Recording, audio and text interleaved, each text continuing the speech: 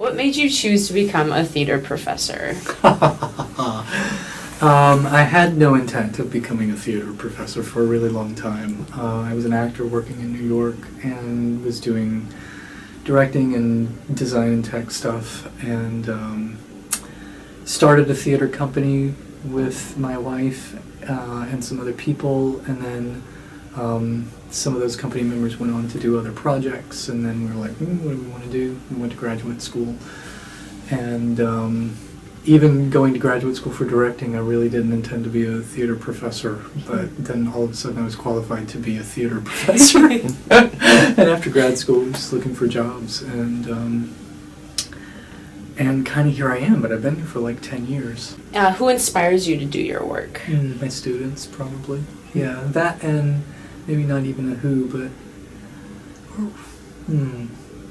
definitely my students, right? Because they come here to learn and they care and they're passionate, and it's a difficult job market and they need good training and instruction and education. The other thing too, or the other people I think who inspire me are the teachers that I had.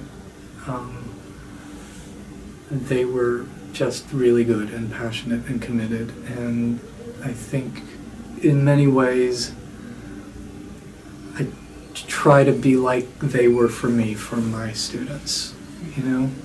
Identify one obstacle you had to overcome. I think one of the big shifts probably for me from working as a freelance artist to becoming a professor was working freelance is very project oriented, so you work with a group of people really intensely on one thing, and then that project is over, and then your relationships are formed out of your collaborative work on that piece. And while that's very true also in the work that we do in the theater, in an academic program, you have much longer term relationships that are built not solely on one project. And if there's any sort of obstacle, I guess it would be reorienting myself towards to working with people in that way, that the individual project or the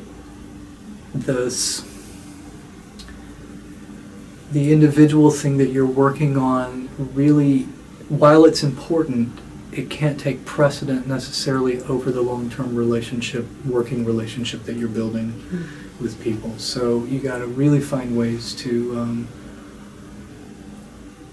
it's not even resolve conflict, it's more like really creating good circumstances under which everybody's working together all the time. How does storytelling manifest itself in your work? That's like all I do. I mean, what we do is storytell. Yeah, gosh, I wouldn't know how it wouldn't be in some ways related. I think with particular relevance to the workshop that I'm doing in combat, it's very important, I think, for me to convey to my students that fights inside of a relationship between characters are very, very significant events in their story. That their lives are completely changed by giving or receiving of violence in some way on another person, much like anybody would be if something traumatic like that would happen in your real life. It's quite a significant event, and how that story gets told through violence is particularly interesting. How is the relationship changing over the course of that really, really intense interaction between people?